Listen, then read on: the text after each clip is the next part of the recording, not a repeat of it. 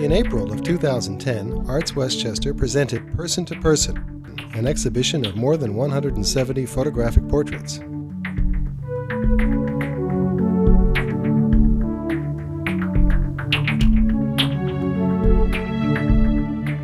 Person to Person was curated by theater producer and collector Ken Marcellet and Mark Weinstein, president of Color Group, a photo imaging lab. The photos encompassed more than 5 decades, displaying portraits of famous athletes, actors, politicians, artists, as well as compelling everyday people. The works of famous photographers such as Fred Stein, Peter Bellamy, and Guy Gillette were placed alongside professional photographers from Westchester, who, while not nationally known, are still masters of their art. With the 170 photographs that were ultimately displayed at the Arts Exchange, the curators had their work cut out for them, as they had received more than 700 submissions from their call to artists. Some of these portraits told important stories. Photographer Philip Habib, for example, who has a background in advertising, takes a photojournalistic approach. His photographs bring to light social issues and take the pulse of the world in which we live. I was in Dubai, and it was, the wealth that's there, and the amount of construction that's going on there is phenomenal, and there's so much positive press coming out of Dubai.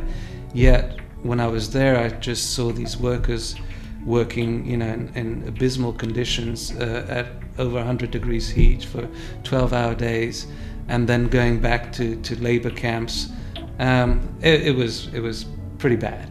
But to me, they were heroes. So I wanted to capture them in a sort of heroic way.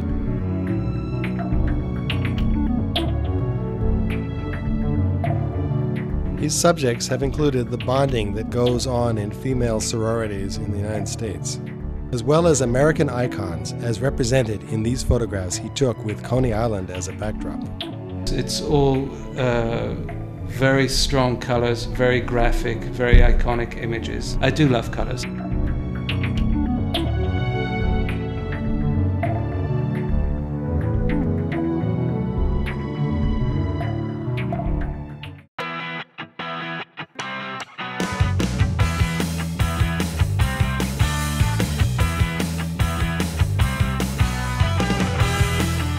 Herb Green, one of Person to Person's featured photographers, was a chronicler of America's rock history. Green is credited with many of rock and roll's most iconic photographs. Green was on the scene in San Francisco in the late 1960s, the acid age of San Francisco rock. He was a friend of Jerry Garcia and his band, the Grateful Dead, when they were just starting out. I called the Grateful Dead collection Brief Encounters with the Dead.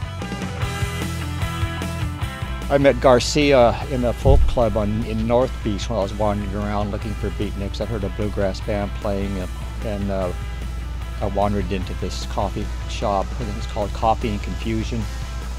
And it was the Sleepy Hollow Hog Stompers. And after the show, I went up and chatted with Jerry. And then a few months later, we were all together taking pictures.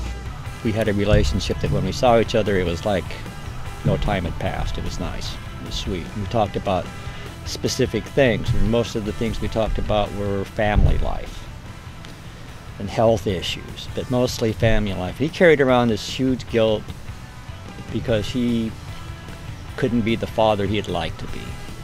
He was Jerry Garcia, and that meant he was the captain, and he had an enormous weight on him because he carried the whole thing. He was the CEO of that organization. He was the guy that made the decisions.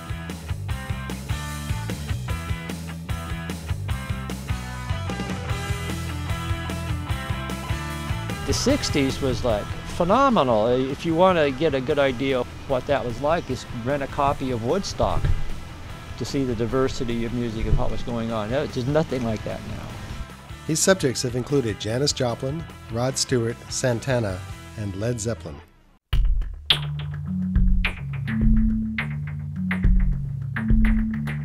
The exhibition demonstrated the perennial appeal at the center of photographic portraits, the human face. As Charles Baudelaire put it in 1859, A portrait. What could be more simple and more complex, more obvious, and more profound?